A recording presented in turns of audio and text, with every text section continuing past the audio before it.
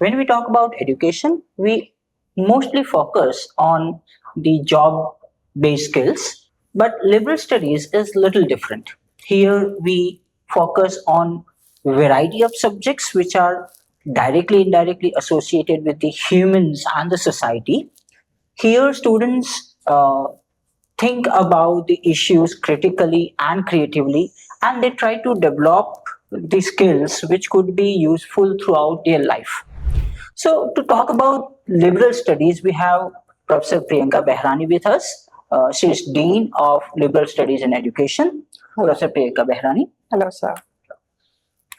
Can you please elaborate upon liberal studies in education? Yeah, thank you, Dr. Javed. When we talk of liberal studies and education or liberal education, it's a broader way of looking at education. True. It gives us not only, it does not only talks about sciences, or it doesn't only talks about concepts. It basically helps us understand the individual from a little broader perspective, like communication, the analytical skills the individual needs to develop.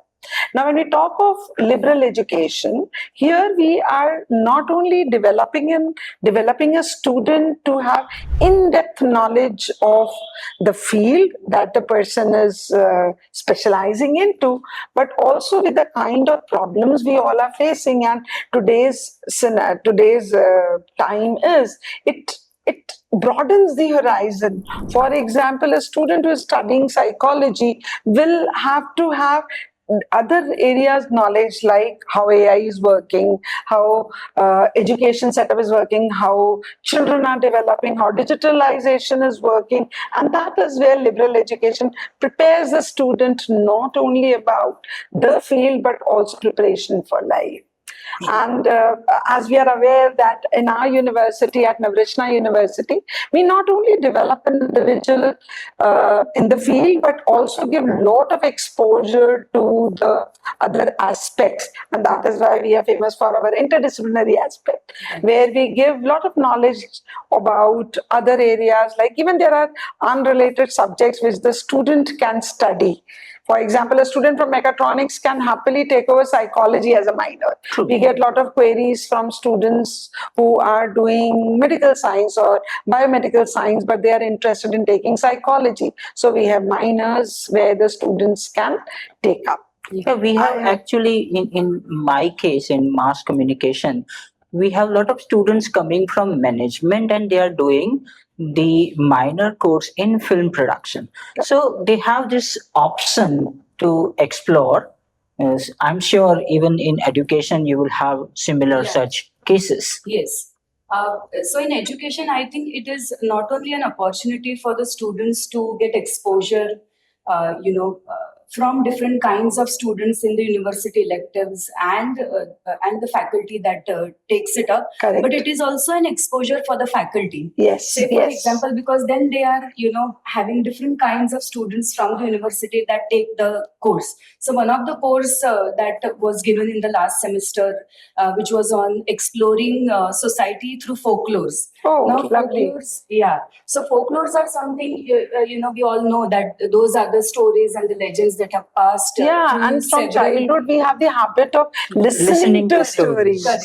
So it basically helps you to understand how people thought about things and helps you to understand, how communities functioned over all these years. So it gives learners also opportunity to understand the community and society through such electives that are offered in the university. Yeah, Right. So in the B.Ed program, can you talk something about the B.Ed program, ma'am? Yeah.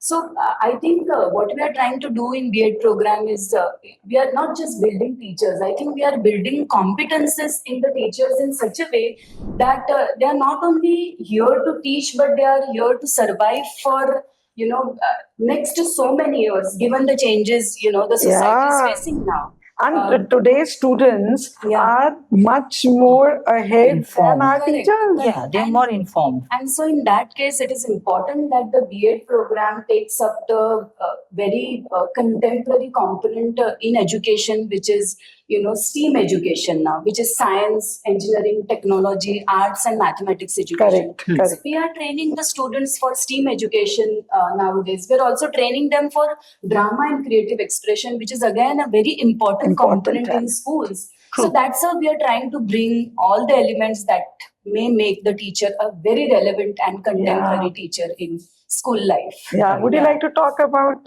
journalism, sir? Yep, we have similar such unique courses in journalism. Of course, we teach basic of print media and visual media and ad PR and all.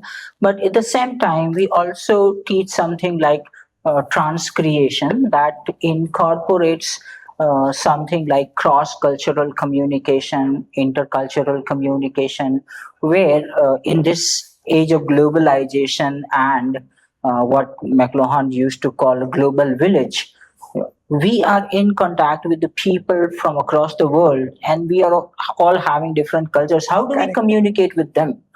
And how can we communicate that our message would reach to our intended audience and they make sense of that message? So that is something very important, because now whatever content that you are creating, it is going to reach to the global audience. Absolutely. So understanding the global audience is very important.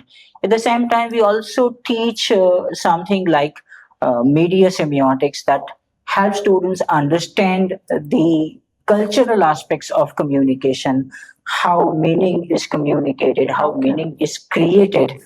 Okay. And by learning these theoretical aspects, now they go into the field Correct. and they probably create documentary film or a feature film. So that is applicable and understandable for maximum number of audience group. I remember seeing the photographs where the students had gone to that Rani Ni Vav, Yes. where they had gone to explore and do the photography. I remember. So I also feel that it is not only teaching the conceptual or the foundation courses in the discipline, but we are also using a lot of innovative pedagogy Exactly. in how we teach. So we also have a lot of experts that come from the field to teach the courses. Say, for example, if I'm talking about equity and inclusion in education, now that's a very specific, I would say a very professional course that needs somebody who knows the course, the field, and comes to teach. So we have a lot of process-oriented education. I'm sure you agree. And that is why we at Navrachana are very clear about that. We don't want to provide students that cliche, typical way of teaching. We bring people from the field and let the student get exposed to what they get, what actually is happening in the environment and the business world or the world out there. So when we're talking of B.A. Humanities, which is definitely a comparatively newer course, there we have designed the program in such a way. So when you hear the word B.A., generally people feel a regular B.A. program. But we have ensured that our B.A. program is a little different, where students get exposed to community internship. So the students will go and work with the NGOs, work with the downtrodden, and actually have their hands dirty, actually being in the environment. And we also have internship where students are getting exposure in the field. For example, students from economics have been placed, or they go for internship in banks, in data analytics, or doing their data analysis. So one of the students who got placed after his graduation is Nielsen IQ, where he's actually going to work on hands-on data. Similarly, in psychology, students go and work with psychiatrists, with mental health professionals, and with children. I'm sure same is the case with journalism students as well. So, like majority of our students, they have the internship as a compulsory subject, and they'll have to go into the field, they'll have to work with certain agency or industry, and they'll have to get the first hand knowledge of how the industry works. Correct. And at the same time, they are doing the work and they are also getting the experience from the people who are already there, who are already the professionals in the given field. So they are in one-to-one contact with those professionals. They learn how the system works. They do internship in the journalism. They do internship in the filmmaking. But I know that most of the students in JMC get paid internships. Yeah. We got, like, even in the second year, when they go for the internship, they get paid internship. They are paid approximately 20 to 30,000 just for that internship. Period, correct. Okay, and by the time they complete their internship, they also get the offer letter from they get absorbed in the same company. They get absorbed because fortunately we've trained them well, so they fulfill the requirement of the industry, and they fulfill the needs and expectations of those professionals, and that's why they are invited and they are absorbed into those industries. I think the same is the case with B.Ed, Dr. Vaibhavi. Yeah, so B.Ed program has a long legacy, and it has been one of the oldest program. It has been there from past 20 years. And so all these 20 years we have been having 100% placements, along with that 100% internships. And that is what we are proud about. And we are proud about that because, here also we are looking at placing these students at 20 to 22 schools of Baroda. We have networked with so many schools of Baroda. All of them, they work in the second year in the school as an intern. And as Javed sir also said, they get absorbed in the same school. So to bring this up, we train them here in such a way, they are doing a lot of mock sessions here. We are guiding them. There is a lot of individualized and self-attention learning that we are, bringing into the students, and that's why we are able to see, I think, this outcome. Correct. And that's actually also a very important point, because we have what we call limited number of students and a good number of faculty. So student-teacher ratio is very well, and so that we can give individual attention to each of our students. We know the strengths and the weaknesses of our students from the very second semester itself, and we can mold them that way. We also give students this, as initially we mentioned, that we also give students the hands-on the skills that are required. For example, the student, most of our students are well trained with computer applications, data visualizations, because that is their time. Irrespective of whatever they study, this is the need of the hour. So when you're talking about students from psychology, I really feel proud about it, because many of the established universities and the established departments of psychology don't have a psychology laboratory. But we are just 3 years old and we have full-fledged psychology laboratory. Yes, very true. I feel that along with this, we are also bringing a lot of co-curricular component into the programs, into our school. We have this year we had a student conference which was led by students. There were a lot of research papers, presented by students themselves. True. So I can add here that of course we do a lot of what we call hands-on work, but in order to fulfill that requirement, the students need support from the institution. And fortunately, as ma'am said, we have the psychology laboratory. Similarly, for mass communication and journalism, we have audio-visual studio. And there we also provide all the equipments to the students to do their shooting, to shoot for the movies, to go for photography, and to do editing process. We guide them, we teach them, and we also provide all these instruments so that they can complete their work here. So, and this work is completely students' work. They can own it. They also upload these works on their YouTube channels, their social media, and many of these students also send their works to various festivals. There are short films and documentaries going to various festivals in India and across India, and many of them have won as well. Yeah. But the best thing which I like about the B.Ed program and the JMC program is that every year we have an exhibition of We have work of excellent students. Very true. exhibition that is, Yeah. Yeah.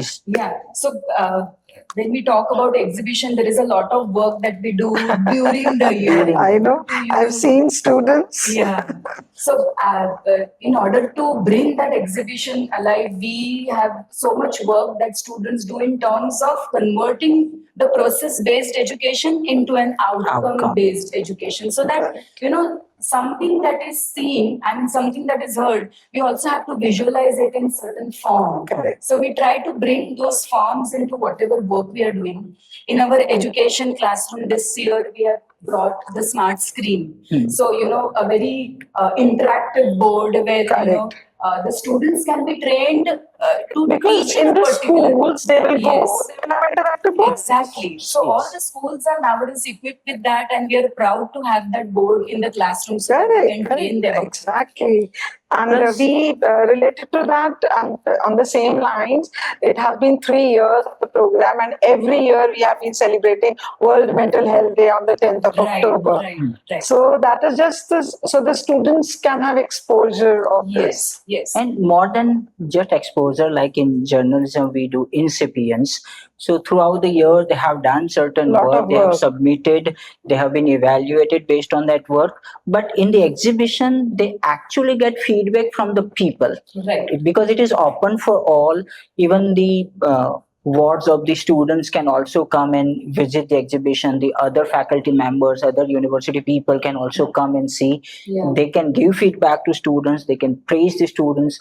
So there they get the first hand feedback. Yeah. They'll realize that what is the importance of the kind of work that they have done and where the improvement is Can required. be done. Yes. So Correct. this is where Actually, when it exhibition comes on helps the us. board, Yeah. you can very clearly, students can very clearly see. Right. Okay. And I also feel that along with that, it is important to bring in the research component into the curriculum. Correct. And I'm very happy to say that this year we are trying to bring that component into B.Ed program also, so that students, while they are in schools, they should be able to research at least a small component of their part into the classroom, implement, check, talk to us about it. We are able to guide them for that. So we are bringing this component into our curriculum now. I'm sure humanities and journalism program I has the feel same. the strength of our school is our teaching community, Yeah. the Right. faculties. Yes. We have the best of the teachers, we have the best of the faculties who are always there for the students. Yes. They message us at any odd hours. Yeah. Yeah. See, research, as ma'am has said, liberal studies and humanities, I don't think can survive without research. Yes. Anyone who is into the field will have to have certain understanding of research. Of course, in education, they do that kind of work in journalism, mass communication. Even if they are not into, let's say, hardcore academia or research, they are going for, let's say, public relation or Right. advertising. Even for that matter, So they'll it's a have to different bring way in of- a lot of research Right. to create something that is valuable for the market, that is valuable for the industry. So research is something which It is has a like- very important Yeah. role. This is all about our School of Liberal Studies and Education. Come and have an interaction with our teachers, students, and have a visit to our beautiful school. Thank you.